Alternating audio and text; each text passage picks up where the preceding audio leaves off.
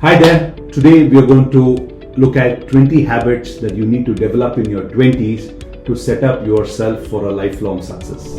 The first one, we're going to look at setting clear goals. Yeah, some of you might have goals like I want to buy a car, I want to buy a house, I want to get into a good company. But even before you write down, I want to ask you, what sacrifices are you ready to make to achieve that goal? Right, many of us, we do write goals, but we are not willing to write down what is the effort that I'm willing to put there to get there, or what are the sacrifices I'm willing to go ahead in order to achieve that. So how do you start that? First, please write down your clear professional goal.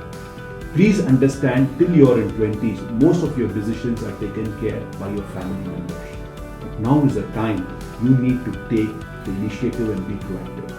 So when it comes to professional goals, three large areas. One is on the job. What is it that you want to achieve? What kind of a career path that you want to have? And what is the learning goals that you have? Please remember, as what Alvin Toffler said, the illiterate of the 21st century is not the one who cannot read or write.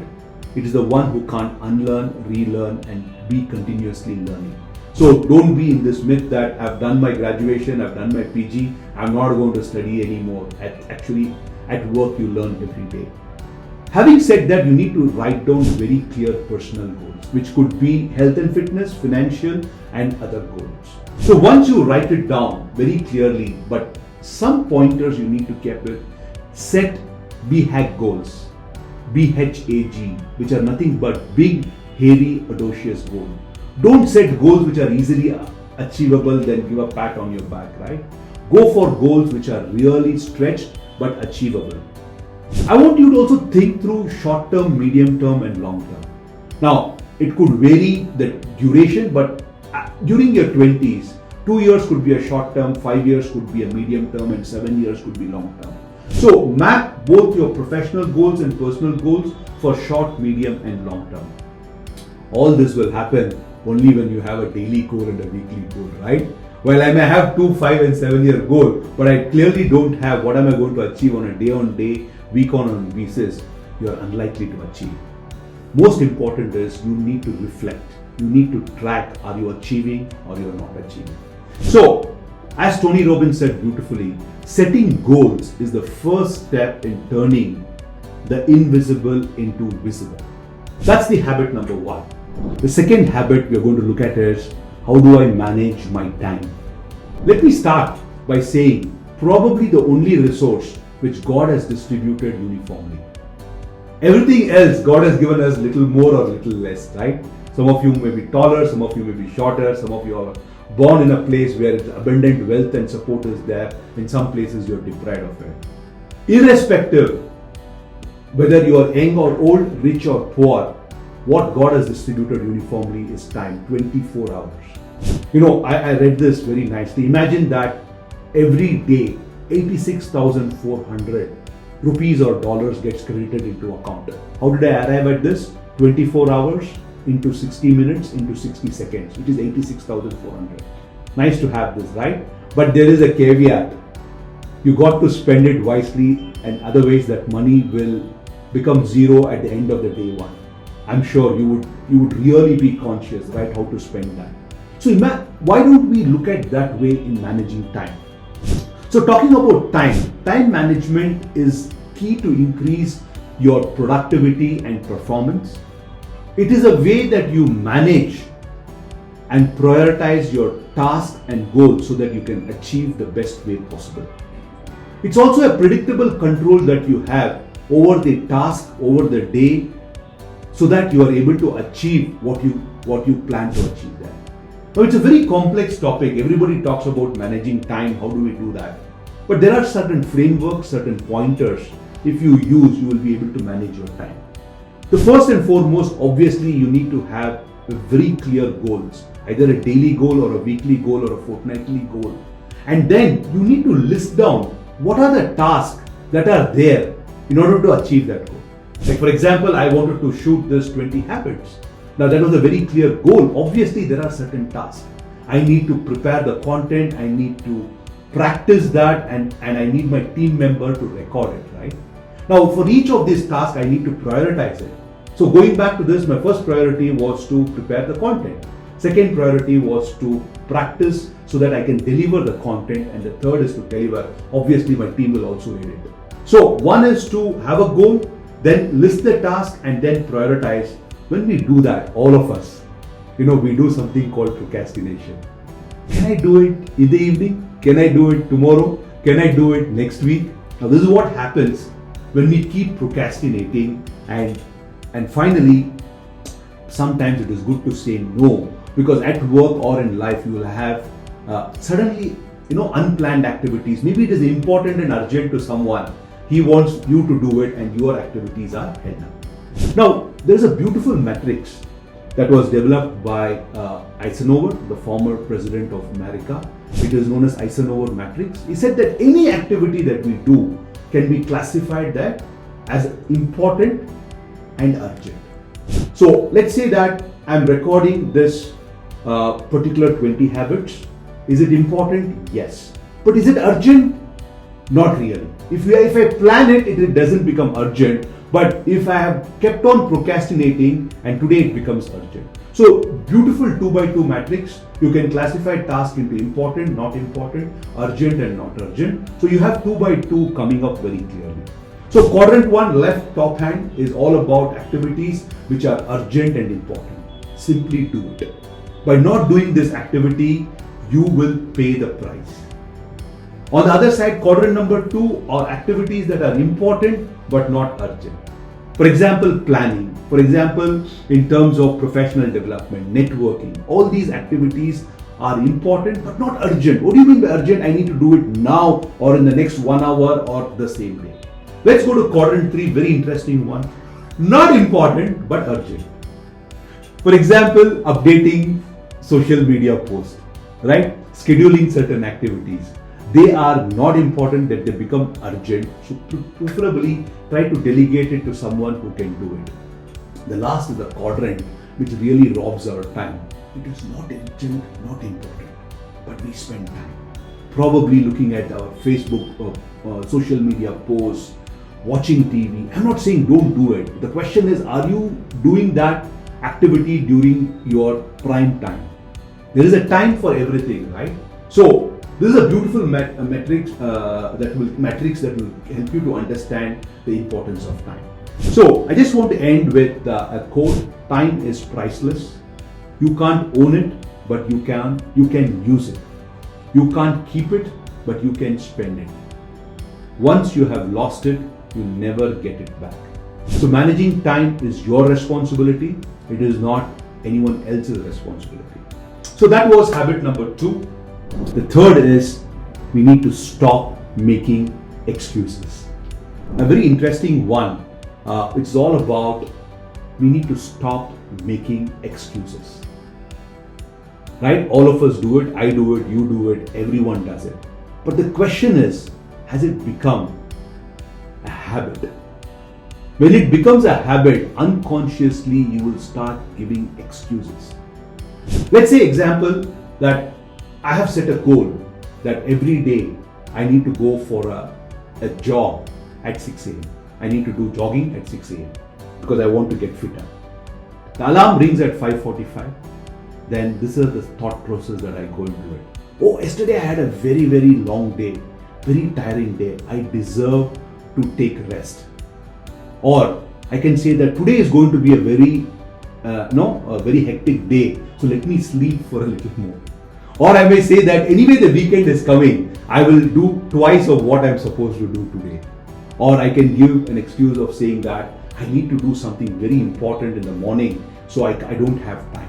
So this is how what we do is we start building excuses. 99% of failure are due to the habit of making excuses. Now the disease of excusitis is a habit. Basically, human beings by nature, we always come up with excuses to say that it's okay not to do this activity. Now the question is, if it becomes a habit, then you will have a big price to pay. Now the question is, how do you stop making excuses? And that is where You need to take responsibility for your actions and progress. Once the goals are set, once you sign it off, it is your responsibility to make it happen. If you develop that hustler mindset, overcoming procrastination, overcoming the problem solving element, you will be able to do. Now, some of us, we tend to give excuses because we fear failure. Now, let me tell you, the word fail is an abbreviation of first attempt in learning. Right from our childhood, we have been told that you cannot fail, right? But life is all about learning from failure. It's impossible that you achieve something without failing. Take, for example, let's say you want to learn how to play cricket. I'm sure you get out many times, right? And that's how you learn. Imagine just because you get out once and you think that you're a failure and you don't go back and play the next day. Will it happen? Why is it that many times we think that failure is not allowed? So take care of this, and as Arnold Schwarzenegger said it beautifully, you can have results or excuses. The choice is yours which one you're going to pick. If you want to have results in your life, both personal and professional, you better stop giving excuses. So let's move to habit number 4. So far we have looked at 3 habits: setting goals, stop managing time, and the third one we saw that stop making excuses. Habit number 4 is to ignore the naysayers. A very interesting one, as I was preparing the list, was ignore naysayers. Now, some of you might find it difficult to understand who are these naysayers. All of us in life have come across these set of people. Let's say that I have an idea to become a video blogger, and then I want to go ahead and start recording that. There are 2 kinds of people that might come. One kind of people will say that, "Arey yaar, why do you want to do this? There are so many people already on the YouTube channel. By the way, you are not an expert. Have you written a book to have an authority on that? On what basis do you have credibility?" And today it is very, very fragmented market. Now these are naysayers who don't believe in what you are doing. Right? They are largely emotional in nature. They want to criticize or mock you. There's another kind of a naysayer, which is a very interesting one. I'm sure you will be able to resonate. They don't want you to fail. They love you so much. So they will say, why do you want to look at after you're planning to do your degree? Why don't you do an engineering or a medicine, which are proven degrees, right? Why do you want to do an offbeat, something like a YouTube influencer program, right? Because they don't want you to fail. They have seen in their past, when they grew up, these professionals are considered to be successful in life, and that's why they may not encourage you to do. Now the question is what you should do. Now, depending upon whether they are a type A, they are the naysayers who themselves don't believe in, and they don't want they don't want to support you in what you are doing. Listen to them, avoid that topic, right? But they may come back to it again. Just ignore them, because if you start heeding to naysayers, you will not achieve your dreams and ambitions. On the other hand, if the naysayers are your friends, true friends, your family members, your siblings, hear them out.